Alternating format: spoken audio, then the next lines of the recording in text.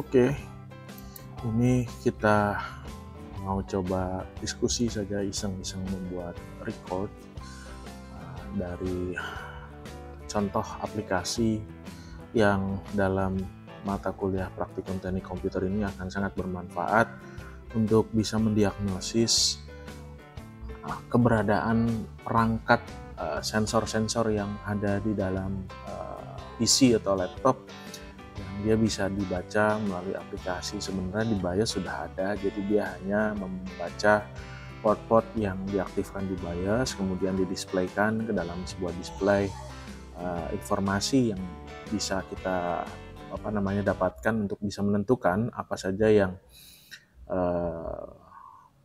berjalan dan memonitor gitu ya, apa yang ada di dalam perangkat Anda. Ini saya tidak disponsori oleh aplikasi tersebut atau vendor tersebut, ini hanya sekedar sharing agar nanti para pengguna laptop atau pengguna PC bisa menggunakan aplikasi ini untuk memonitor keberadaan status suhu, perangkat, baterai, dan lain sebagainya yang ada di laptop Anda. Aplikasinya namanya HW Monitor gitu ya. HW Monitor yang diproduksi oleh aplikasi yang satu, saya kalau nggak salah CPU ID, kita cek dulu ya. Namanya HW Monitor. Ini diunduh yang free yang oleh CPU ID. Aplikasinya saya lupa ini vendornya siapa ya.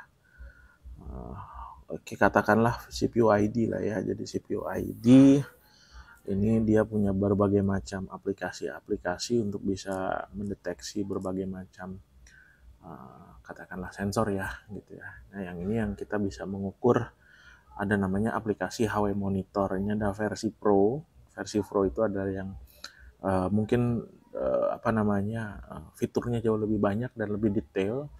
Sementara untuk versi yang free saja itu juga menurut saya sudah cukup untuk bisa mendeteksi keberadaan suhu, voltage gitu ya, dan kecepatan fan pada perangkat komputer Anda atau laptop Anda. Jadi kalau kita lihat, kadang kita tidak tahu, kita pegang apakah laptop ini dalam keadaan panas atau tidak gitu ya, apakah dia kategorinya overheat.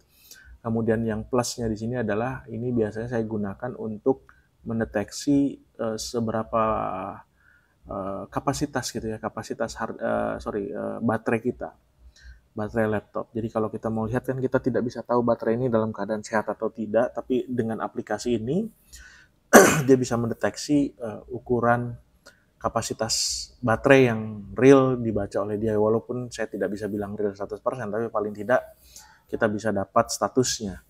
Nah, ini bisa diunduh melalui website ini. Silahkan ambil yang free. Ini biasanya saya ambil yang free di sini ya. Setelah itu kita unduh. Nah, ini nanti dia akan mengunduh aplikasinya. Nah, kalau sudah diinstal, maka aplikasinya akan tampil seperti ini. Ini ya, ini aplikasinya. Ini aplikasi bisa mendeteksi kurang lebih tadi yang voltage, suhu, prosentase penggunaan sistem tersebut, kemudian voltage yang beredar, dan termasuk temperatur yang dibaca sekarang dan yang lebih tinggi. Nah, di sini kita bisa lihat juga ada status berbagai macam. Ada yang ini ini adalah prosesor jenisnya yang saya miliki. Kalau kita besarkan, sama aja ya. Tuh. Kemudian setelah itu ada hard disk. Kebetulan saya menggunakan hard disk double, jadi SSD NVMe, WDC ya, kalau nggak salah WDC itu apa ya, aku lupa nama barangnya. Nah, ini NVMe, dia juga ada ukuran ininya ya, karena NVMe ini dia punya sensor suhu, dia bisa baca di sini suhunya berapa, dan ini dinamis ya, dibacanya real time kalau saya tidak salah. Kemudian utilization yang digunakan bahkan katanya bisa mendeteksi berapa kecepatan membaca dan menulis saat ini, sehingga kita bisa deteksi realnya memang benarkah gitu ya, berapa Mbps. Lain punya benchmark tools yang lain. Ini hard disk biasa konvensional, juga bisa dideteksi speed rate dan lain sebagainya. Ini versi yang HW Monitor versi 1.4.6. gitu ya. Nah, ini VGA juga dia bisa deteksi, jadi berapa suhu yang terdeteksi sekarang, berapa maksimum gitu ya, minimumnya berapa dan berapa yang nilai sekarang. Nah, ini dynamic value-nya. Nah, karena ini laptop workstation yang saya miliki, dia double VGA, jenisnya Quadro.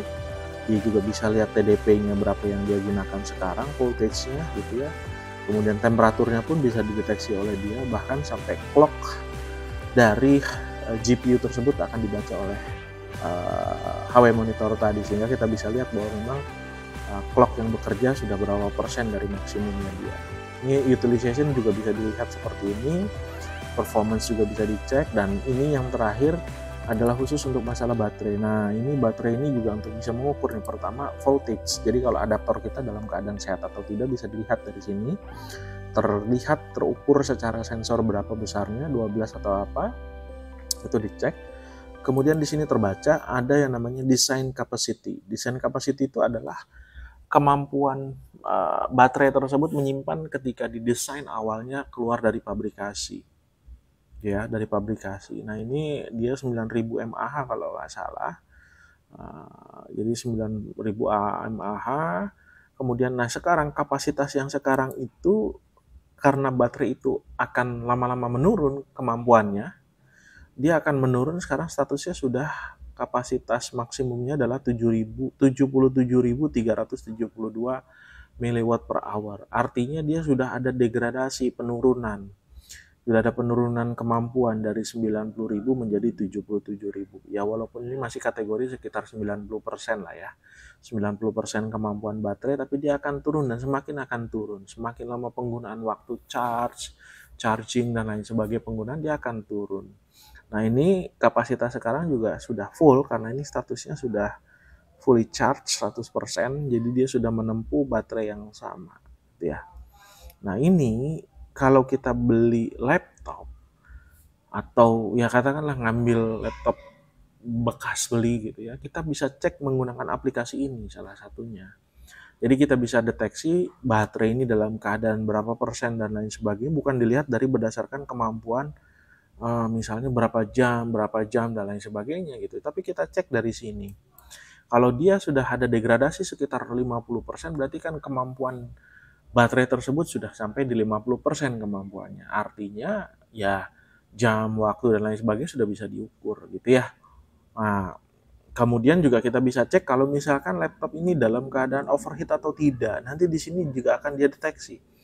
Kalau dia sudah di batas ambangnya, dia akan notice di sini warnanya menjadi warna merah tulisannya. Nah, warna merah ini akan memberikan notifikasi bahwa ternyata laptop ini dalam keadaan overheat.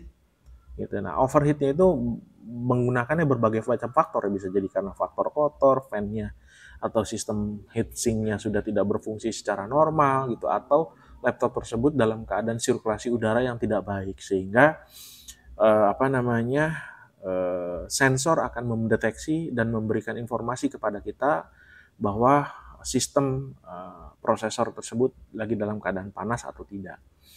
Nah, ini ya. Nah, ini yang versi free, dan menurut saya aplikasi ini sudah sangat berguna untuk Anda di mata kuliah praktikum teknik komputer ini, akan sangat bermanfaat untuk bisa mendeteksi ya katakanlah kesehatan dari sebuah sistem komputer itu sendiri. Karena tanpa kita bongkar, dengan aplikasi ini kita sudah tahu bahwa dalam keadaan ini overheat, dalam keadaan sehat, baterainya dalam keadaan sehat atau tidak, apakah ada sistem yang memang tidak sesuai dengan standarnya dia untuk bekerja dan lain sebagainya. Nah, ini bisa kita cek melalui aplikasi ini.